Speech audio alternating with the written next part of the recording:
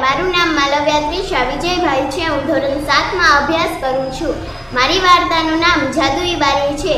એકવાર એક રહસ્યમય અને જાદુઈ જંગલમાં એક નાની પરી રહેતી હતી, જેનું નામ આરાધ્યા હતું। આરાધ્યા સોનેરી વાળ અને પારદર્શક પાંખો ધરાવતી હતી। એક દિવસ તે જંગલમાંથી પસાર થઈ રહી હતી ત્યારે તેણીને એક તેજસ્વી પ્રકાશ દેખાયો। આરાધ્યા કુતૂહલવશ થઈ અને તે પ્રકાશ તરફ ગઈ અને તેને એક ભવ્ય વૃક્ષ દેખાયું। ત્યાં જંગલમાં નીતા અને રિયા નામની બે બહેનો રહેતી હતી। એમને પણ કંઈ લખાણ લખેલું હોય તેવું જોયું।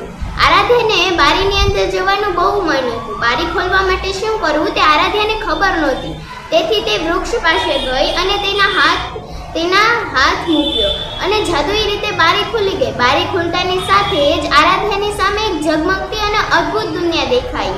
જેવી તે અંદર ગઈ તેની પાછળ નીતા અને રિયા પણ કુતૂહલવશ થઈ અંદર દોડી આવ્યા। ત્રણેય જણા આ નજારો જોઈ દંગ રહી ગયા। બારીની અંદર એક એવું રાજ્ય હતું જ્યાં વાદળો રૂ જેવા નરમ હતા અને નદીઓ પર પાણીની બદલે મીઠો રસ વહેતો હતો। ત્યાં વૃક્ષો પર ફળની જગ્યાએ રંગબેરંગી રમકડા અને પુસ્તકો લટકતા હતા।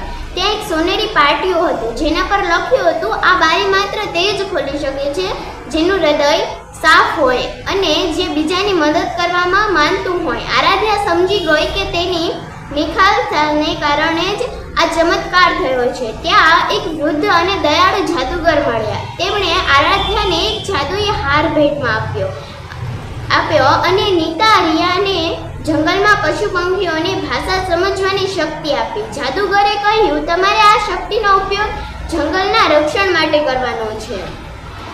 સાંજ પડતા ત્રણેય મિત્રો જાદુઈ બારીમાંથી બહાર આવ્યા। બારી આપોઆપ બંધ થઈ ગઈ અને એક મોટું રહસ્ય અને જંગલ બચાવવાની નવી જવાબદારી મળી। તે દિવસે પછી તેઓ રોજ તે વૃક્ષોને મળતા અને જંગલની સુંદરતા વધારવા માટે સાથે મળીને કામ કરતા।